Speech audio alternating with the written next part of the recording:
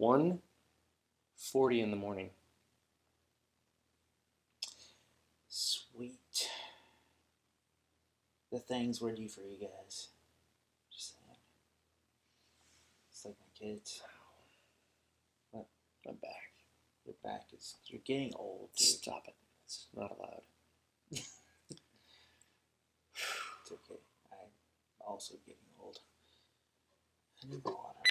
Welcome back to another of Mike and Ryan's reviews. We're reviewing Toy Story's fourth installment in their animated franchise.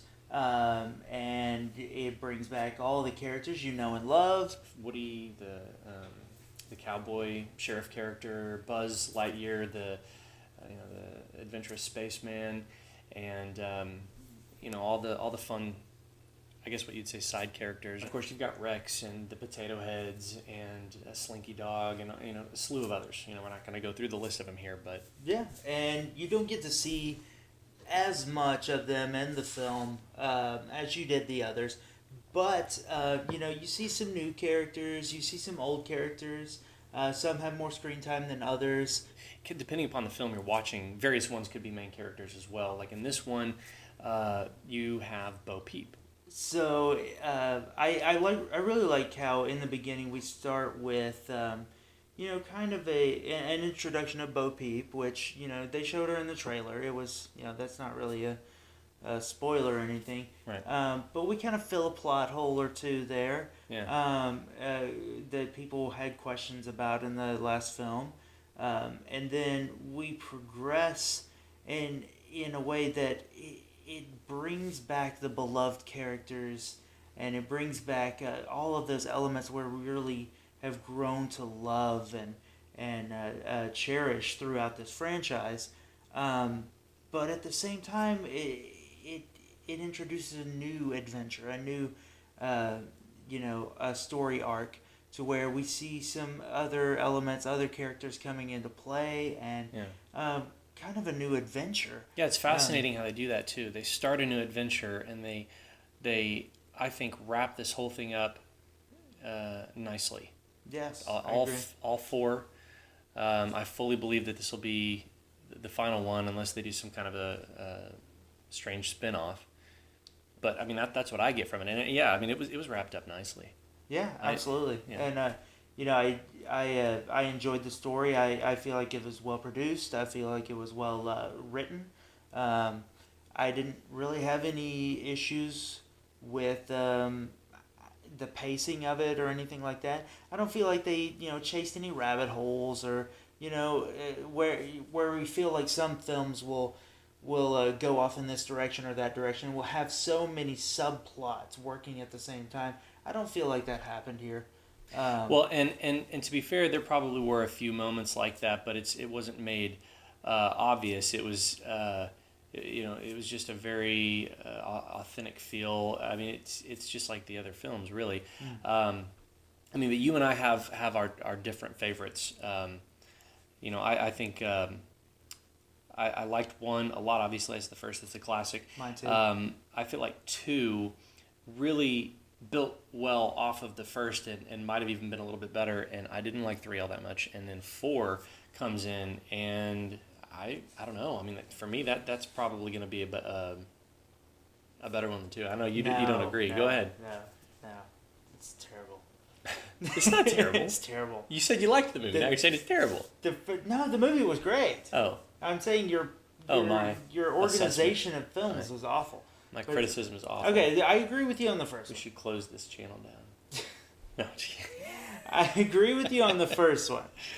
The second one, I would put number 3 as my second favorite. See, and then I would say number 2, and then I would say this one. Not to say that any of them were bad. Sure. Because I have yet to see a bad Toy Story movie, honestly. Yeah. Which surprises me, being 4 of them now. But I would say, just judging them against themselves, I would say it would be 1, 3, 2, and 4 for me. 4 should not be at the bottom of that list. We didn't have any instances, which I was a little surprised, where the voice actors were switched or anything like that. So all of the Over the years, you mean keeping in yeah, they yes. were very the continuity continues with the voice actors remaining in their same roles. Yeah. So I really appreciate that. And the quality of the content as well. And that's something that we remarked on to each other that our generation growing up didn't get to see a lot of, especially from Disney. It seemed to be an odd thing. It was kind of a running joke when we were maybe in our early 20s, where Disney never made a good sequel, and sequels started to kind of pick up. I mean, I don't know what they've done differently, or if they've engaged a new crew in this or something like that, but it's something with their sequels has really taken a change for the better. There was a different CEO back then, of course. Sure. And when you look at sequels in general, it just seems like all production companies have kind of gotten the hint that the public does like them in certain circumstances, especially if they're done right. So I think they were afraid of sequels because there has been a few that have largely criticized, and then of course when there have been bad sequels. And production companies have a hard enough time trying to figure out what the public wants, what they're going to like, what they're going to go see and spend their money on. And I just think that at one point in time sequels were thought of as maybe a bad investment, or a scary project to take on. Absolutely. But now it's a very it's like a gold mine.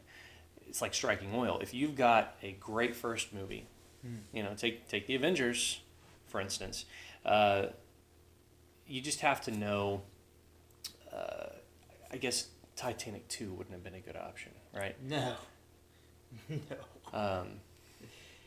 You have to have a plot line, first of all, that isn't wrapped up so nicely.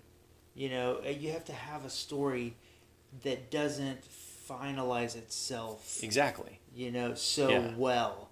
I mean, there are some that, and really, I thought that with the Toy Story franchise, I thought that the third iteration of Toy Story should have been it, and I was shocked that they made a fourth.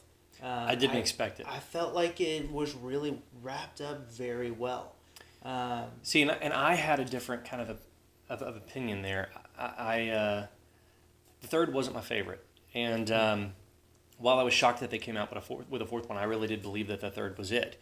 Yeah.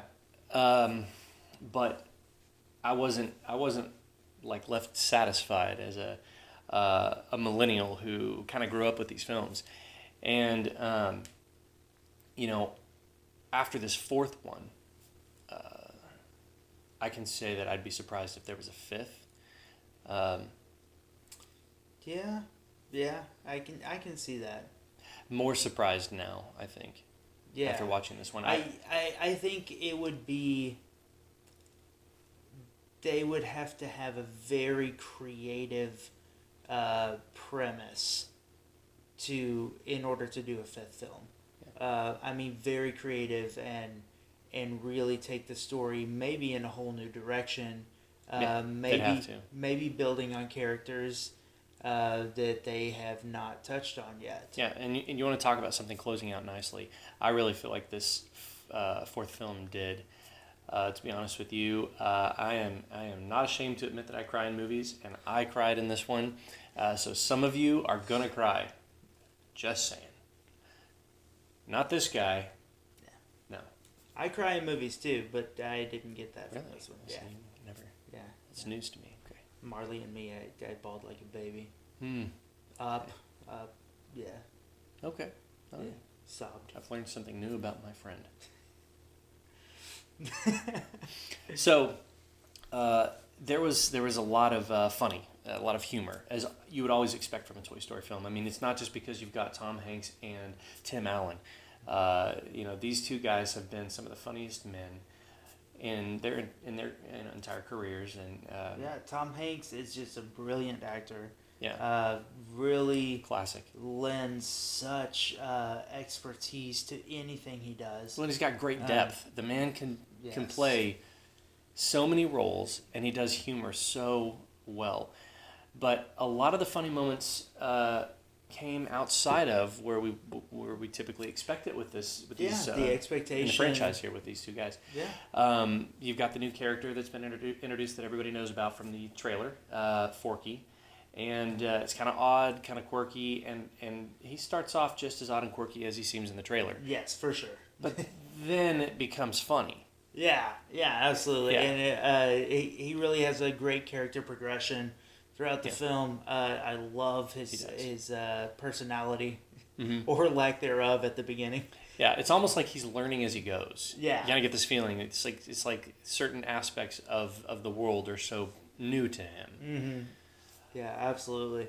And then as far as other humor from other characters, you have this. I can't remember their names, but you got a bunny duck combo creature here. Well, creature, not creature, but like a plush Stuffed animal, plush toy. yeah. And then, of course, aside from the funny characters and the usual characters, some of the other new, but on the protagonist side, and again, nothing being spoiled here, but you have the ventriloquist dummies that are seen in the trailer. Yeah, the minions for Essentially, yeah.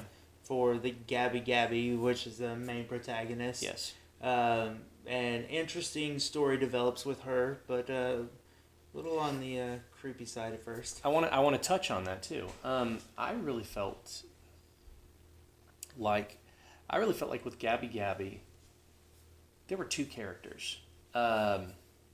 And that was the only thing that I would have as criticism for this. She is the protagonist. She does some things that you can't really justify. Let's say that these toys weren't toys; they were humans. I mean, actions taken are a little more sinister. Well, and it's not just that they were sinister. Into the film, you kind of see a completely different, like a 180, but it's not like your typical protagonist doing a 180. It's not like they're seeking out forgiveness and having a change of heart. It's almost like the film is trying to explain why she did what she did. And the reason that's problematic for me is at some point you've got to say these gross actions here can't connect to a good-hearted, well-meaning individual over here. Right. Too many times. I mean, it's the justification. Yeah. Is not there. You can't. It's missing. Yeah. You can't justify actions like that. Sure. And we don't want to teach our children that they can justify actions like that just because the world has dealt them a bad deck of cards, essentially. And that's the thing that with our dad reviews, we're dads. We're going to look at that. Yeah. We've got 7 kids between us. His kids are like my kids.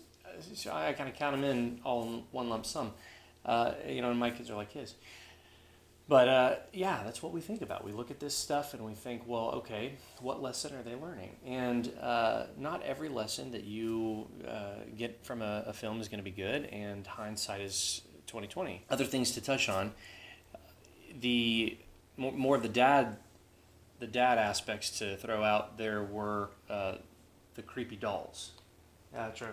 So, honestly, I am not a fan of ventriloquist dummies. They're right there with cats for me.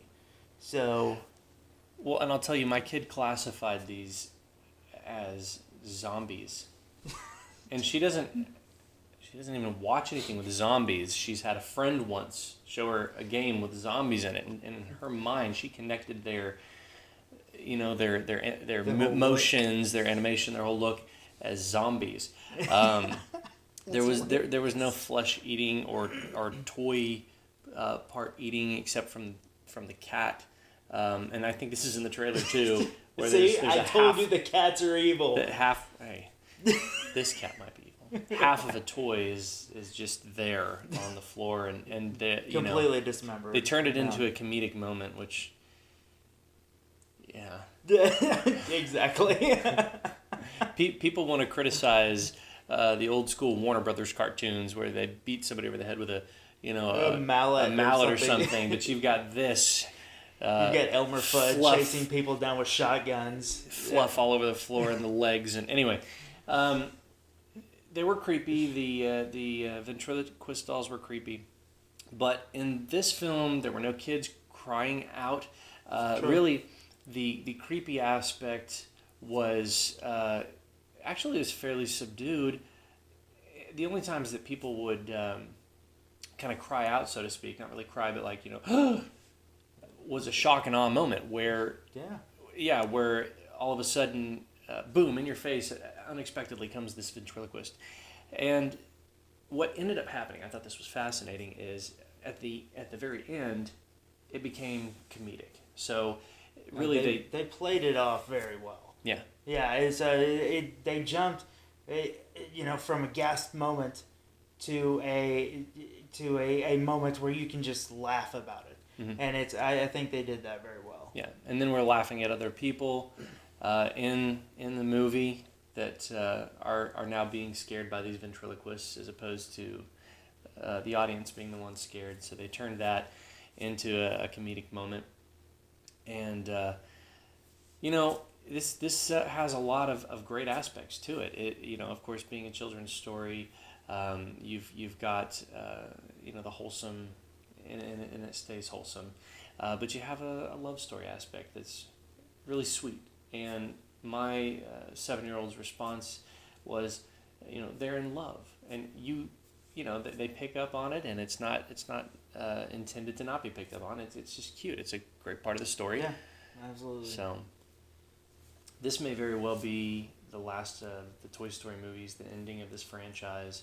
And it does leave me with a little bit of sadness because I grew up with these films, but I'm also satisfied with it and happy about it, and I really do believe that it's a film that almost everybody's going to enjoy. I know that we enjoyed it. For sure. So you have our recommendation and our fist bump to watch the film and take your kids. All right, so be sure to like, share, subscribe, and hit that notification bell to get more content like this from us, and we got more movies coming soon for everybody. So also give us a comment in the comment section and let us know how we can do better, and it's people like you who make this channel even greater. That's true, and in the comments, also in regard to our dad reviews, parent reviews, let us know if there's something that you want to hear about as a parent. For sure. That way we know how to share it, because we plan on doing more of our dad reviews going forward. And maybe a little bit of a surprise thrown in here and there. Maybe. We'll see. You'll have to tune in and check it out. For sure. Yeah, have a good one. All right.